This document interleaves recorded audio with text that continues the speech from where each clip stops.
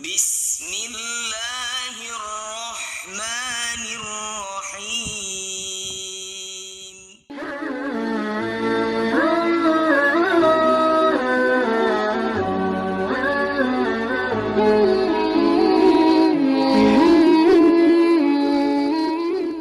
Assalamualaikum warahmatullahi wabarakatuh. Alhamdulillahi rabbil alamin. Allahumma salli ala sayyidina Muhammad wa ala ali sayyidina Muhammad. Semoga sahabat Kang Novel selalu diberikan kesehatan, umur panjang yang barokah, serta rezeki yang berlimpah, dan selalu dalam lindungan Allah Subhanahu wa ta'ala. Amin ya rabbal alamin. Sahabat Kang Novel yang dirahmati Allah Subhanahu wa ta'ala, Surah Al-Ikhlas memiliki banyak rahasia dan kebaikan yang terkandung di dalamnya.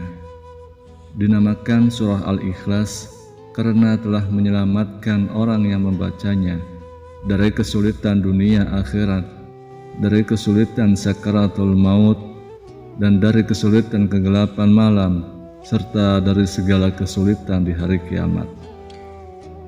Ternyata ada waktu tertentu yang dianjurkan untuk membaca surat Al-Ikhlas. Berikut ini adalah waktu-waktu yang tepat atau dianjurkan untuk membacanya. Yang pertama, pada waktu pagi dan sore hari. Pada waktu ini kita dianjurkan untuk membaca surah Al-Ikhlas dengan bersama surah Al-Mu'awwizatain. Surah Al-Mu'awwizatain ini maksudnya adalah surah An-Nas dan surah Al-Falaq, masing-masing sebanyak 3 kali. Keutamaan daripada membaca ketiga surah ini adalah akan dijaga dari segala sesuatu keburukan. Sebagaimana sabda Rasulullah sallallahu alaihi wasallam, katakanlah qul huwallahu ahad, qul a'udzu birabbin nas, dan qul a'udzu birabbil falaq ketika sore dan pagi hari sebanyak 3 kali. Maka dengan ayat-ayat ini akan mencukupkanmu ataupun menjagamu dari segala keburukan. Hadis riwayat Abu Dawud dan An-Nasa'i. Kemudian yang kedua, ketika hendak mau tidur. Saat kita sebelum tidur ataupun hendak mau tidur, kita dianjurkan untuk membaca surah Al-Ikhlas, surah An-Nas, dan surah Al-Falaq sebagai kebiasaan Nabi Shallallahu Alaihi Wasallam. Ketika berada di tempat tidur, di setiap malam, beliau mengumpulkan kedua telapak tangannya. Lalu kedua telapak tangan tersebut ditiup dan dibacakan Qul huwallahu ahad, surat Al-Ikhlas, Qul a'udzu birabbil falaq, surah Al-Falaq, Qul a'udzu birabbin nas, surah An-Nas.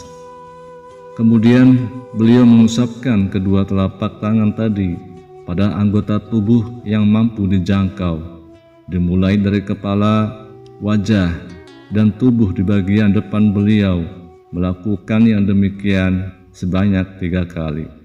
Hadis riwayat Bukhari.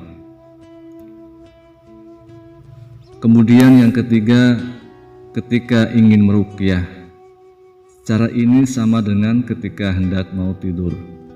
Dari Aisyah radhiyallahu anha, dia berkata, apabila Rasulullah sallallahu alaihi wasallam hendak tidur, beliau akan meniupkan ke telapak tangannya sambil membaca Qul huwallahu ahad, surah Al-Ikhlas, dan surah Al-Mu'awwizatain, yaitu surah An-Nas dan Al-Falaq.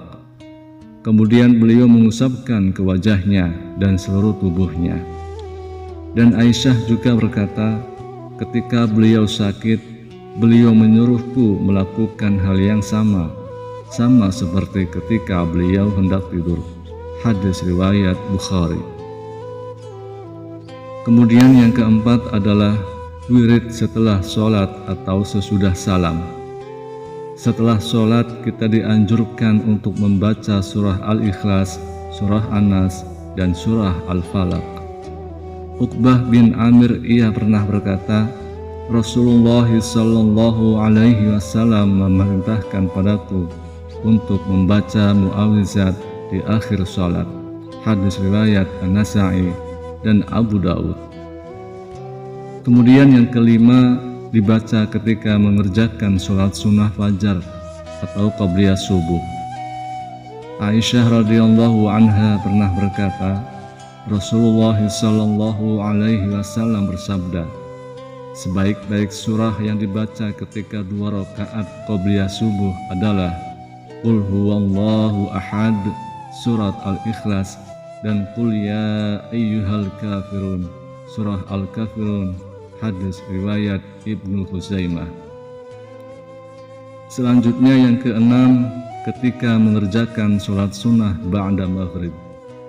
Abdullah bin Mas'ud radhiyallahu anhu mengatakan, aku tidak dapat menghitung karena sangat sering aku mendengar bacaan Rasulullah sallallahu alaihi wasallam membaca surah pada sholat 2 rakaat ba'da maghrib dan pada sholat 2 rakaat qabliyah subuh, yaitu Qul ya ayyuhal kafirun, surah Al-Kafirun, dan Qul huwallahu ahad, surah Al-Ikhlas. Hadis riwayat Tirmidzi. Yang ketujuh, ketika mengerjakan sholat sunnah witir 3 rakaat. Dari Abdul Aziz bin Jurais, beliau berkata, aku menanyakan pada Aisyah radhiyallahu anha, surah apa yang dibaca oleh Rasulullah sallallahu alaihi wasallam setelah membaca surah Al-Fatihah ketika sholat witir. Kemudian Aisyah radhiyallahu anha menjawab bahwa Nabi sallallahu alaihi wasallam membaca pada rakaat pertama adalah Sabbihisma rabbikal a'la, surah Al-A'la, pada rakaat kedua Qul ya ayyuhal kafirun, surah Al-Kafirun, dan pada rakaat ketiga Qul huwallahu ahad, surah Al-Ikhlas, dan muawwizatain, surah Al-Falaq dan An-Nas. Hadis riwayat An-Nasa'i, Tirmidzi, dan Ahmad. Lalu yang kedelapan, ketika mengerjakan sholat maghrib pada malam Jumat.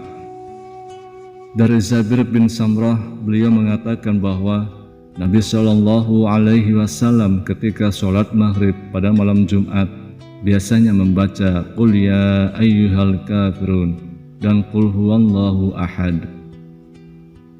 Kemudian yang kesembilan, ketika sholat 2 rakaat di belakang maqam Ibrahim setelah tawaf. Dalam hadis Jabir bin Abdullah radhiyallahu anhu, beliau mengatakan, Nabi Shallallahu alaihi wasallam menjadikan makam Ibrahim antara dirinya dan Ka'bah. Lalu beliau laksanakan sholat 2 rakaat. Dalam 2 rakaat tersebut, beliau membaca Qul huwallahu ahad, surah Al-Ikhlas, dan Qul ya ayyuhal kafirun, surah Al-Kafirun. Sahabat Kanafal yang dirahmati Allah subhanahu wa ta'ala, itulah 9 waktu yang dianjurkan untuk membaca surah Al-Ikhlas. Wallahu a'lam bishawab. Demikian yang bisa saya bagikan. Semoga ada manfaatnya untuk kita semuanya. Amin ya rabbal alamin. Assalamualaikum warahmatullahi wabarakatuh.